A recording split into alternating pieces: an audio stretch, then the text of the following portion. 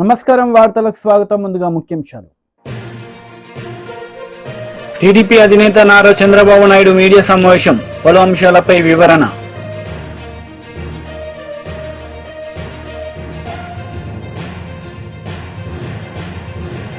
Bus యాత్రను నిర్వహించిన మాజీ ముఖ్యమంత్రి కేసీఆర్, బీజేపీకి కాంగ్రెస్ కి ఓటు వేసే ముందు ఒక్కసారి ఆలోచించుకోవాలని ప్రజలకు విజ్ఞప్తి. టీడీపీ అధినేత నారా చంద్రబాబు నాయుడు మీడియా సమావేశం నిర్వహించారు. ఈ సందర్భంగా పలు అంశాలపై ఆయన మాట్లాడారు. ఇది జరగాలి, అందుకే ఏ పని చేసినా పేదవారి కోసం చేయాలనుకుంటున్నాం. దీనికి ప్రత్యేకమైన శ్రద్ధ పెట్టాం. పేదరిక నిర్మూలన అసాధ్యం కాదు. ఈ టెక్నాలజీ పెద్ద హ్యాండీగా ఉంది మనకు. నాలెడ్జ్ ఎకానమీ సాధ్యం. ఇది చేయడం కోసం అందుకే మేము తీసుకున్నది కూడా మీరు చూస్తే కాంప్రహెన్సివ్గా తీసుకున్నాం. ఇక్కడ కూడా మీరు గుర్తుపెట్టుకోవాల్సింది 2047 చాలా మందికి అనుమానం ఉంది. ఎట్లా చేస్తారని చెప్పి మాట్లాడుతున్నారు మా క్రిటిక్స్ అందరూ. సంపద సృష్టించడం తెలిసిన పార్టీ తెలుగుదేశం పార్టీ. ఆ సంపద సృష్టి కూడా ఆటోమేటిక్గా ఏదైతే ఉందో ఒక ఎకో సిస్టమ్ క్రియేట్ చేస్తే డెస్ట్రాయ్ చేయకపోతే కంటిన్యూగా ముందుకు పోయే పరిస్థితి వస్తుంది. దానికి ఒక నిదర్శనం ఒక హైదరాబాద్, లేకుంటే ఐటీ రంగం, అలాంటివన్నీ చేసి ముందుకెళ్తాం. అదే సమయంలో అంగన్వాడీ కార్యకర్తలను ఆదుకుంటాం. ఉద్యోగాలు చేసే మహిళలకు హాస్టల్ వసతి ఏర్పాటు చేసి వాళ్ళకు రక్షణగా నిలబడతాం. ఇంకొక పక్కన కొంతమంది గర్ల్స్ మధ్యలో చదువు ఆపేసి మళ్ళీ వాళ్ళు కంటిన్యూ చేయాలి అనే ఆలోచన ఉంది. అలాంటి వారికి కళలకు రెక్కలనే పథకం కింద ఇంట్రెస్ట్ ఫ్రీ లోన్ ఎంతైనా కానీ ఇచ్చి వాళ్ళని పైకి తీసుకొచ్చే బాధ్యత, వాళ్ళు సెటిల్ అయిన తర్వాత ఆ డబ్బులు తిరిగి కట్టే బాధ్యత, అది కూడా వడ్డీ లేకుండా కట్టే బాధ్యత తీసుకొస్తాం. పండుగ కానుకలు, పెళ్లి కానుకలు నేను కొన్ని దీంట్లో పెట్టకపోయినా అన్నా క్యాంటీన్ ఇవన్నీ కూడా పునరుద్ధరిస్తాం. మళ్ళీ పేదవాళ్ళకు అండగా ఉంటాం. ఈ ప్రభుత్వంలో ఉద్యోగస్తులు చాలా నష్టపోయారు. వ్యవస్థ చిన్నాభిన్నమైపోయింది. వ్యక్తులు కూడా ఆ ఉద్యోగాలను చేసే వాళ్ళందరూ వ్యవస్థలు డెస్ట్రాయ్ అయినాయి. వ్యవస్థలు నిర్వీర్యం అయిపోయినాయి. నిధులు లేకుండా ఒక పక్క, భయపెట్టి ఒక పక్క, అస్తవ్యస్తమైనటువంటి విధానాలు, వీటన్నిటిలో దెబ్బతిన్నారు. రెండోది వాళ్ళు కూడా చాలా నిరాశ నిస్పృహల మధ్యలో ఉన్నారు. ఒక మాటలో చెప్పాలంటే సమాజం మొత్తం దెబ్బతిన్నప్పటికీ ఉద్యోగస్తులైతే నిర్వీర్యం అయిపోయారు. వారి నమ్మకాన్ని కోల్పోయే పరిస్థితికి వచ్చారు. ప్రభుత్వంలో ఎప్పుడు ఉద్యోగస్తుల మొరేల్ బాగుంటే వారే సంపద సృష్టించాలి, వారే సేవలు అందించాలి, వారి వల్ల కూడా ప్రగతి జరగాలి. మేము పాలిటీషియన్స్ పాలసీలు నిర్ణయిస్తాం, దాన్ని ఎగ్జిక్యూట్ చేసేది సమర్థవంతంగా ఉద్యోగస్తులు చేయాల్సిన అవసరం ఉంది. ఒక్క ఎగ్జాంపుల్ మీరు చూస్తే ఉపాధ్యాయులు ఎంత నిర్వీర్యమైపోయారంటే, ఒకప్పుడు మోస్ట్ రెస్పెక్టెడ్ కమ్యూనిటీ ఉపాధ్యాయుడు, తల్లి తండ్రి, తర్వాత గురువు, తర్వాత దైవం. అలాంటి ఉపాధ్యాయుడి నిస్సహాయ స్థితి, ఏం చెప్పుకోలేని పరిస్థితి. కడాన మద్యం షాపుల్లో కాపలాకు పెడితే అది కూడా నోరిప్పి చెప్పలేని పరిస్థితి. చెప్పితే కేసులు పెట్టడం. కనీసం వాళ్ళ రైట్స్ కోసం ఎప్పుడు కూడా ప్రజాస్వామ్యంలో ప్రజాస్వామ్య హక్కుల కోసం మాట్లాడే వ్యక్తులు ఇంటలెక్చువల్ కమ్యూనిటీ టీచర్స్. అలాంటి టీచర్స్ నోరిప్పలేని పరిస్థితి తీసుకొచ్చారు.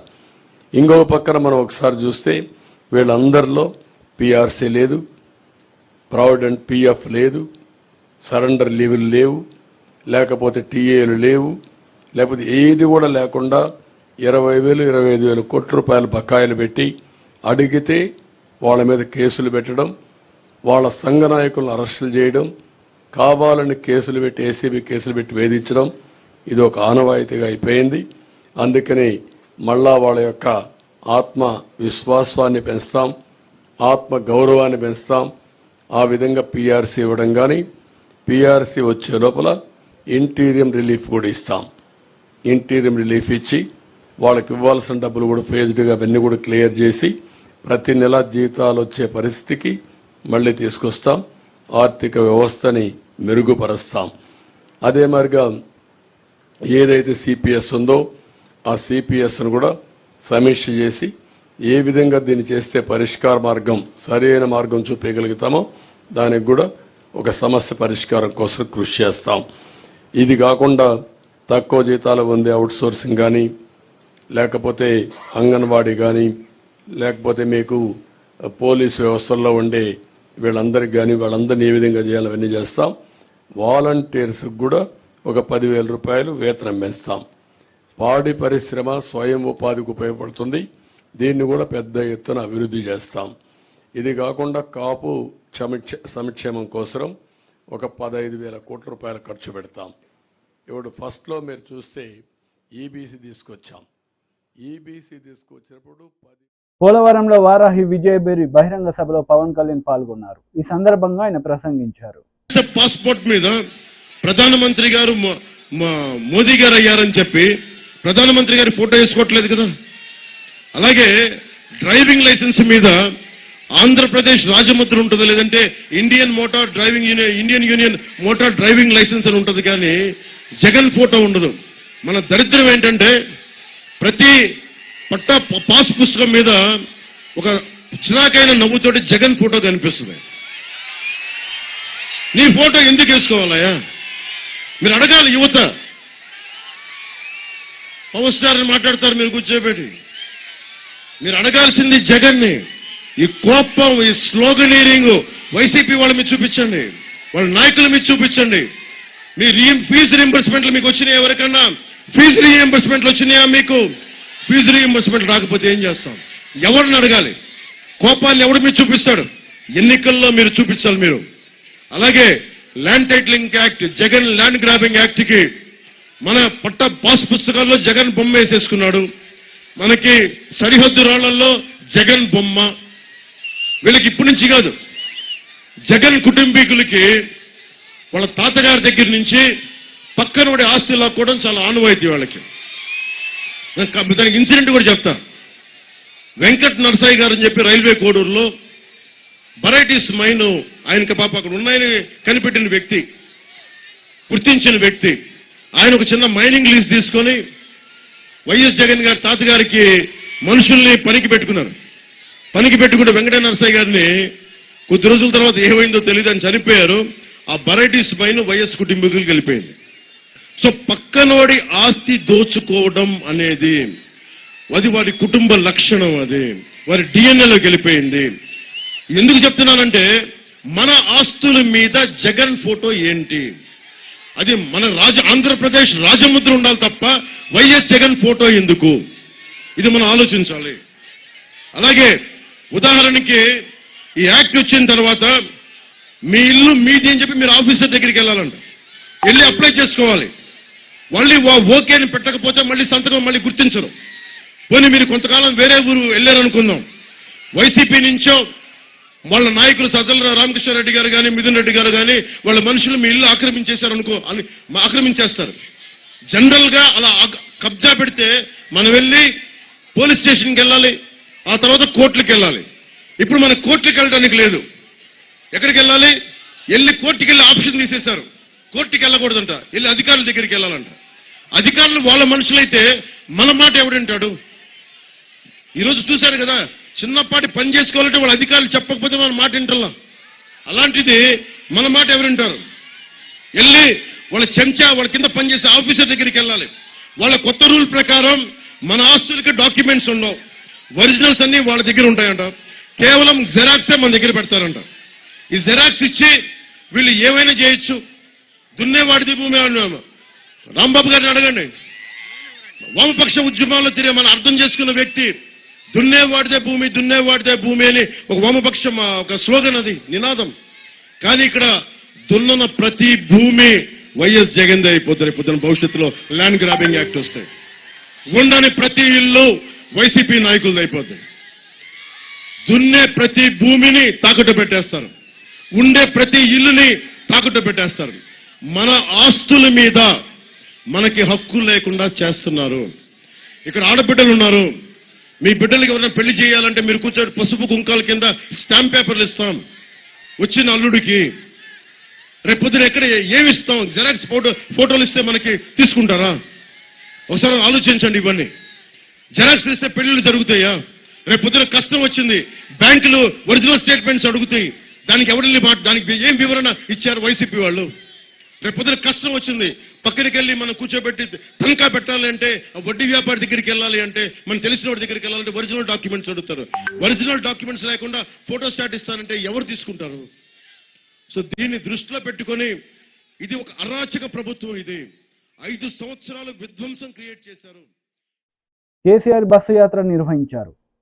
బీజేపీ కాంగ్రెస్ కు ఓటు వేసే ముందు ఒక్కసారి ఆలోచించి ఓటు వేయాలని కోరారు. సిద్ధంగా ఉండాలి. గిరిజనుల కోసం ప్రత్యేక గురుకులాలు పెట్టినాం, మైనార్టీల కోసం ప్రత్యేక గురుకులాలు పెట్టినాం, బీసీల కోసం ఎస్టీల కోసం 1100 గురుకుల పాఠశాలలు పెట్టి వాళ్ళ బతుకులు బాగుపడాలని ప్రయత్నం చేసినాం. అక్కడ చదువుకున్న పిల్లలు బ్రహ్మాండంగా ఐఐటి, ఐఐఎం, ఎంబీబీఎస్, ఐఏఎస్ పరీక్షలకు కూడా పోతా ఉన్నారు. మంచి ఫలితాలు తెస్తా ఉన్నారు. ఈరోజు తెలంగాణ రాష్ట్రంలో నేను ముఖ్యమంత్రిగా ఉన్నప్పుడు ఓవర్సీస్ స్కాలర్షిప్ దళిత బిడ్డలకు, గిరిజన బిడ్డలకు, ముస్లిం మైనారిటీలకు అందరికీ కూడా 20 లక్షల స్కాలర్షిప్ ఇచ్చినాం. ఈరోజు 20 లక్షల స్కాలర్షిప్ ఇస్తున్నారా? ఓవర్సీస్ స్కాలర్షిప్ ఇస్తున్నారా? ఫీజు రియంబర్స్మెంట్ ఇస్తున్నారా? మరి ఏం చేస్తున్నారు? డబ్బులు ప్రభుత్వం ఏం చేస్తా ఉంది? దయచేసి మీరు ఆలోచన చేయాలి. గిరిజనుల కోసం చరిత్రలోనే ఎప్పుడు లేనటువంటి బంజారా హిల్స్లో బంజారాల కోసం బంజారా భవన్ గాని, కుమరంభీం పేరు మీద ఆదివాసీ భవన్ గాని కట్టినాం. ఎప్పుడైనా ఏ ప్రభుత్వం కట్టిందా? కోట్ల రూపాయలు పెట్టి గిరిజన బిడ్డల కోసం రాజధాని నడిబొడ్డున 75 సంవత్సరాల స్వాతంత్రంలో మొదటిసారిగా బ్రహ్మాండంగా మీకు గిరిజన భవనాలు కట్టించినాం. మీ అందరూ కూడా ఒక ఆలోచన చేయాలి. కరెంటు కాట కలిసింది.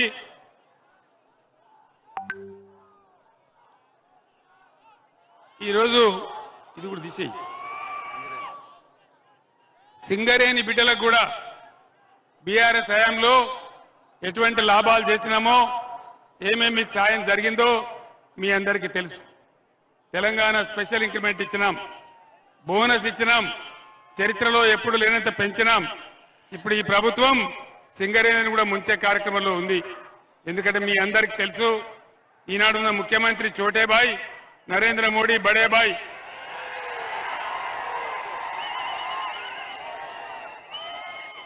నేను ముఖ్యమంత్రిగా ఉన్నప్పుడు మనకు సింగరేణి బొగ్గు ఉండంగా కూడా ఇదే నరేంద్ర మోడీ మీరు అదాని ఆస్ట్రేలియా నుంచి తెచ్చేటువంటి బొగ్గు దిగుమతి చేసుకోవాలి అని నా మీద పంచాయతీ పెట్టినాడు. నేను ఆ రోజు చెప్పిన, మాకే సింగరేణి ఉంది, మాకే బొగ్గు ఉంది, నీ ఆస్ట్రేలియా బొగ్గు మాకెందుకని చెప్పి ఎట్టి పరిస్థితులలో 1 టన్ను కూడా కొనమని చెప్పి నేను చెప్పినాను. సింగరేణిని కాపాడడానికి ప్రయత్నం చేసినాం. మరి దయచేసి మీరు ఆలోచన చేయాలి. ఈరోజు ఏది కూడా జరగల. రైతు బంధు రాలే, కరెంటు రాలే, రుణమాఫీ కాలే, అన్ని హామీలు కూడా అరచేతిలో వైకుంఠం చూపించి గోల్మాల్ చేసి గద్దెకెక్కిన కాంగ్రెస్ ప్రభుత్వం ఘోరమైనటువంటి పనులు చేస్తూ ఉంది. జిల్లాలను కూడా తీసేస్తా అంటా ఉన్నారు. జిల్లాలు ఎందుకు పెట్టినా? మనకు పనిలేక పెట్టినామా? ప్రజలకు పరిపాలన చేరువ కావాలని, అందరికీ అందుబాటులోకి రావాలని కొత్తగూడెం జిల్లా చేయడమే కాదు, బ్రహ్మాండమైన కలెక్టర్ కార్యాలయం కట్టుకున్నాం, అద్భుతమైన కలెక్టరేట్ కట్టుకున్నాం. ఇవన్నీ కూడా తీసేస్తామని మాట్లాడుతూ ఉన్నారు. నరేంద్ర మోడీ బీజేపీ ప్రభుత్వం 10 ఏళ్ల కింద దేశంలో గద్దెకెక్కితే ఒక్క హామీ అన్న నరేంద్ర మోడీ నెరవేర్చండా? బేటీ పడావో బేటీ బచావో ఎక్కడన్నా కనబడ్డదా? అమృత్ కాల్ వచ్చిందా? అచ్చే దిన్ వచ్చిందా? ఇలా ప్రపంచంలో మన రూపాయి వాల్యూ ఎంత? 83 రూపాయలు. $1కు 83 రూపాయలు. నరేంద్ర మోడీ అంత దరిద్రమైనటువంటి పరిపాలన మళ్ళా చూడం మనం. అంత దుర్మార్గమైన పాలన, మతాలకు పంచాయతీ పెట్టి మనకు ఉద్వేగం రేపి ఓట్లు దొబ్బుకున్నడే తప్ప ఏ ఒక్క మంచి పని కూడా జరగలే. అమృత్ కాల్ అన్నాడు, వచ్చిందా? ఏ ఒక్క మంచి పని అన్న జరిగిందా? ఇవన్నీ జరగకపోగా ఇవాళ ఏమంటున్నాడు నరేంద్ర మోడీ, నేను గోదావరి నదిని ఎత్తుకపోయి తమిళనాడుకు కర్ణాటక ఇస్తా అంటున్నాడు. తెలంగాణకున్న ఒకే ఒక్క ఆధారం గోదావరి నది. ఆ గోదావరి నది కూడా పోతే మన బతికేం కావాలి? భద్రాచలం దగ్గర దుమ్ముగూడెం సమీపంలో ఖమ్మం జిల్లాలోని ఎత్తైన ప్రాంతాలు ఏనుకూరు కావచ్చు, జూలూరుపాడు కావచ్చు, ఇంకా కిందికున్న మండలాలు కావచ్చు. ఎంపీ విజయసాయిరెడ్డి మీడియా సమావేశం నిర్వహించారు. ఈ సందర్భంగా పలు అంశాలపై ఆయన వివరణ ఇచ్చారు. మా యొక్క తప్పకుండా 7కు 7 అసెంబ్లీ స్థానాలు కైవసం చేసుకుంటాం. నెల్లూరు పార్లమెంటు స్థానాన్ని కూడా కైవసం చేసుకుంటామన్నటువంటి దృఢ విశ్వాసంతో మేము ఎన్నికలకు వెళ్తా ఉన్నాం. తప్పకుండా 7 అసెంబ్లీ ఈ యొక్క పార్లమెంట్లో ఉన్నటువంటి 7 శాసనసభ్యులు ఒక సహకారంతో ఈ యొక్క కళ సాకారం అవుతుంది అన్నటువంటి దృఢ విశ్వాసం మా అందరిలో కూడా ఉంది. నెల్లూరు ప్రగతికి సంబంధించి లోక్సభ స్థాయిలో మొత్తం 7 అసెంబ్లీ స్థానాలకు సంబంధించి 46 హామీల్ని మీరు ఇప్పుడు పొందుపరిచిన విధంగా చూశారు మేనిఫెస్టోలో. ఈ 46లో పార్లమెంటు నియోజకవర్గ పరిధిలో 20 అంశాలు ఉన్నాయి, వాగ్దానాలు ఉన్నాయి. అసెంబ్లీ పరిధిలో 26 హామీలను మేనిఫెస్టోలో పొందుపరచడం జరిగింది. 20+26 రెండు కలిపి 46 వాగ్దానాల్ని చేయడం జరిగింది. ఇక అసెంబ్లీ నియోజకవర్గాలన్నిటిలో కూడా విస్తృతంగా పర్యటించి ప్రజాభిప్రాయ అందరూ కూడా పార్టీ కార్యకర్తల్ని అందరి దగ్గర నుంచి కూడా అభిప్రాయాలు సేకరించిన తర్వాత ఈ జిల్లా ప్రగతికి నియోజకవర్గాల వారీగా ప్రతిపాదనలు తీసుకొని ఈ యొక్క లోకల్ మేనిఫెస్టోని మా యొక్క గౌరవ అధ్యక్షులు ఇచ్చినటువంటి స్ఫూర్తితో, పార్టీ అధ్యక్షులు గౌరవ ముఖ్యమంత్రులు ఇచ్చినటువంటి స్ఫూర్తితో దీన్ని మనం తయారు చేసుకోవడం జరిగింది.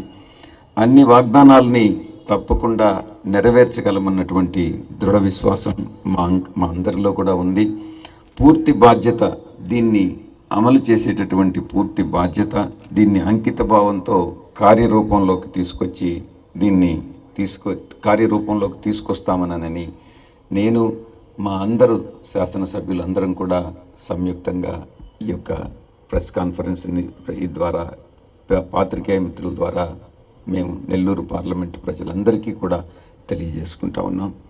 ఇక మరికొన్ని అంశాలను కానీ చర్చించాల్సి వస్తే, మీరు నిన్నను ఈరోజు చంద్రబాబు నాయుడు మేనిఫెస్టోను విడుదల చేయడం జరిగింది. ఇప్పుడు జనసేన, బీజేపీ, టీడీపీ కూటమిగా ఏర్పడి మేనిఫెస్టోలో మాత్రం చాలా ఏదో తెలివైన వాడిని అనుకుంటాడు చంద్రబాబు. ఇది జనసేన, తెలుగుదేశం పార్టీ అధినేతల ఫొటోస్ మాత్రమే దానిలో ఉన్నాయి. బీజేపీ అధినేత మోడీ గారి ఫోటో ఎందుకు లేదు అన్నటువంటి విషయాన్ని నేను ప్రశ్నిస్తా ఉన్నాను. ఇదే మీరు 2014లో తీసుకుంటే మోడీ గారి ఫోటో ఉంటుంది, కానీ ఇప్పుడు మోడీ గారి ఫోటో దీనిలో మాయమైంది. దీనికి కారణం, ఎక్కడ ముస్లిం సామాజిక వర్గం దూరం అవుతుందేమో అన్నటువంటి ఒక భయంతో తెలుగుదేశం పార్టీ అధ్యక్షుడు చంద్రబాబు నాయుడు దీంట్లో ఉద్దేశపూర్వకంగా మోడీ గారి ఫోటో మిస్ చేశాడు. దీనిలో మిస్ చేయడం కాదు, ఉద్దేశపూర్వకంగా వాళ్ళని. ఇంకొక విషయం కూడా, బీజేపీ గతంలో తాము ఇండిపెండెంట్గా పోటీ చేసినప్పుడు రాయలసీమకి ఏదో నియమావళిని ఇంకొక రకంగా మేనిఫెస్టో విడుదల చేసినటువంటి బీజేపీ దీనిలో భాగస్వామి కానట్లయితే బీజేపీ ఎందుకు సపరేట్ మేనిఫెస్టో విడుదల చేయట్లేదు? బీజేపీ సపరేట్ మేనిఫెస్టో విడుదల చేయలేదు అని అంటే దీంట్లో భాగస్వామి అయి ఉండాలి కదా, దీంట్లో బీజేపీ కూడా ఇంక్లూడ్ అయి ఉండాలి కదా. ఇదంతా కూడా ఉద్దేశపూర్వకంగా ఒక రకమైనటువంటి భయంతో, ముస్లిం సోదరులు ఎక్కడ ఓటేయరు అన్నటువంటి ఒక భయంతో ఇదంతా కూడా చంద్రబాబు నాయుడు చేస్తున్నటువంటి కుట్ర అన్నటువంటి విషయాన్ని అర్థం చేసుకోవాలి. అనేక సమావేశాల్లో ఒక విషయాన్ని నేను సూటిగా ప్రశ్నించాను. రాబోయేటటువంటి 5 సంవత్సరాలు సంతనూతలపాడులో స్వర్ణాంధ సహకార యాత్రలో పాల్గొన్నారు నందమూరి బాలకృష్ణ. ఈ సందర్భంగా పలు అంశాలపై ఆయన మాట్లాడారు. విదేశీ విద్యను పెట్టుకున్నాడు. అలాగే తెలుగుదేశం పార్టీ అధికారంలోకి వస్తే మళ్ళీ అలాగే ఈ యొక్క ఏది ఎస్సీ సప్లైర్ ఉందో పూర్తిగా దాన్ని రద్దు చేసేసాడు. రేపు తెలుగుదేశం పార్టీ అధికారంలోకి వస్తే తప్పకుండా ఈ యొక్క ఏపీఐసి ద్వారా రుణాలు ఇప్పిస్తాము. అలాగే ఈ యొక్క బెస్ట్ అవైలబుల్ స్టడీస్ అందరికీ అందుబాటులో ఉంచుతాము. అలాగే ఈ యొక్క సివిల్ సర్వీసెస్ కి వెళ్ళాలనుకునే విద్యార్థులకు వాళ్ళందరికీ కూడా ఉచితంగా శిక్షణ ఇప్పిస్తాము. అలాగే ప్రతి ఎస్సీ పేద కుటుంబానికి 2 ఎకరాలు కొనుగోలు భూమిని కూడా ఇస్తామని మేనిఫెస్టోలో పేర్కొనడం జరిగింది. అలాగే ఏదైతే ఏబిసిడి వర్గీకరణ ఉందో అప్పుడు నాన్నగారు అప్పుడు సర్కారీ కమిషన్ పెట్టి కేఎల్ నారాయణ గారు అప్పుడు రాష్ట్రపతిగా ఉన్నప్పుడు ఆయన ఎన్నో సంస్కరణలు తీసుకురావడం జరిగింది. అంటే ఆర్థికంగా, సామాజికంగా, రాజకీయంగా మిమ్మల్ని అందరినీ పైకి తీసుకురావడం కోసం ఎన్నో సంస్కరణలు తీసుకురావడం జరిగింది. మళ్ళీ ఈ యొక్క ఏబిసిడి వర్గీకరణ చేస్తాం అని మీ అందరికీ సభాముఖంగా తెలియజేసుకుంటున్నాను. అలాగే ఇప్పుడు వాళ్ళు చూస్తున్నాం, ఎన్నో కబుర్లు చెప్పాడు, విద్యార్థులకు అందరికీ హామీ ఇచ్చాడు. ప్రతి సంవత్సరం జాబ్ క్యాలెండర్ రిలీజ్ చేస్తానని కలుబలు కబుర్లు చెప్పి మరి విద్యార్థుల్ని కొత్త పరిశ్రమలు రాకపోగా ఉన్న పరిశ్రమలు కూడా వెళ్ళగొట్టేసి మరి విద్యార్థుల్ని ఈ యొక్క గంజాయికి, డ్రగ్స్ కి అలవాటు చేసి మోసం చేశాడు. మరి పెద్దానికి నేను సిద్ధం అంటాడు. 1600 ప్రజల ధనాన్ని మొత్తం రాష్ట్రం అంతా హోర్డింగులు పెట్టించాడు. నేను సిద్ధమని. మరి ఈ విద్యార్థులకి సమాధానం చెప్పడానికి సిద్ధమా? లేకపోతే తన తల్లి చెల్లిని ఇంటి నుంచి బయటికి గెట్టేసి మరి బాబాయిని చెప్పిన వాళ్ళ నిందితుల్ని కాపాడుతూ వాళ్ళ చెల్లికి మోసం చేశాడు. మరి వాళ్ళకి సమాధానం చెప్పడానికి సిద్ధమా? అలాగే ఉద్యోగస్తులు ఉన్నారు. సిపిఎస్ వచ్చిన వారం రోజుల్లో సిపిఎస్ రద్దు చేస్తారని మాటిచ్చాడు. మోసం చేశాడు వాళ్ళ ఉద్యోగస్తులు. వాళ్ళందరినీ సమాధానం చెప్పడానికి సిద్ధమా? నా బీసీలు, నా ఎస్సీలు, నా ఎస్టీలు, నా మైనారిటీలు అంటూ మరి సవాల్ని డోర్ డెలివరీ చేయించి ఒక కుటుంబం రైలు కింద పడి ఆత్మహత్య చేసుకుంటే మరి వాళ్ళందరికీ వాళ్ళ ప్రాణాలు తిరిగి ఇవ్వడానికి సిద్ధమా? లేకపోతే ఒక పిల్లాడు తన అక్కని వేధిస్తున్నారని అడిగితే కెరోసిన్ పోసి అతన్ని తగలబెట్టి చంపేశారు. మరి అతని వాళ్ళ కుటుంబ సభ్యులకి వాళ్ళ కన్నీళ్లు తొడవడానికి సిద్ధమా? లేకపోతే ఒక రాజధాని లేని రాష్ట్రం, అటేమో అమరావతి రైతులు ఉద్యమిస్తుంటే వాళ్ళని అవహేళన చేస్తూ ఆ రైతులకు మరి సమాధానం చెప్పడానికి సిద్ధమా? లేకపోతే ఇక్కడ పోలవరాన్ని గోదావరిలో కలిపేసి మరి తనని బ్లాక్ లిస్ట్ లో పెట్టిన తన ప్రభుత్వాన్ని బ్లాక్ లిస్ట్ లో పెట్టిన కాంట్రాక్టర్లకి మరి బిల్లులు చెల్లించడానికి సిద్ధమా? లేకపోతే ఈ యొక్క రైతు వ్యవస్థ ఏదైతే ఉందో దాన్ని రద్దు చేసి మరి ఎంతో మంది రైతుల ఆత్మహత్యలకు మన దేశంలోనే మొదటి స్థానంలో పెట్టిన మరి ఆ రైతులకు సమాధానం చెప్పడానికి సిద్ధమా? లేకపోతే ధరలు ఆకాశానికి అంటుకుంటున్నాయి. ఇవాళ మన విద్యుత్ ఛార్జీలు 7 సార్లు పెంచాడు. అలాగే ఆర్టీసీ ఛార్జీలు 5 సార్లు పెంచాడు. అలాగే పెట్రోల్ డీజిల్ ధరలు పెంచాడు. అలాగే ఇంటి పన్ను, నీటి పన్ను, ఆస్తి పన్ను, చివరికి చెత్త మీద పన్ను కూడా వేసి పెంచేశాడు. వాటిలన్నింటినీ తగ్గించడానికి సిద్ధమా? జగన్, ఇక నీ మోసాలు, నీ పొగరు నడుము విరిచే రోజు వచ్చింది. నీ అహంకారాలు తెగిపడే సమయం వచ్చింది. అణువణువులో నిండని నీ అహంకారం. వార్తలు ముగించే ముందు ముఖ్యాంశాలు మరోసారి.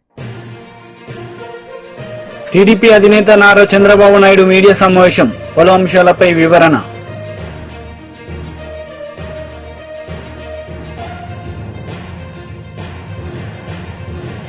బస్సు యాత్రను నిర్వహించిన మాజీ ముఖ్యమంత్రి కేసీఆర్, బీజేపీకి కాంగ్రెస్ కి ఓటు వేసే ముందు ఒక్కసారి ఆలోచించుకోవాలని ప్రజలకు విజ్ఞప్తి.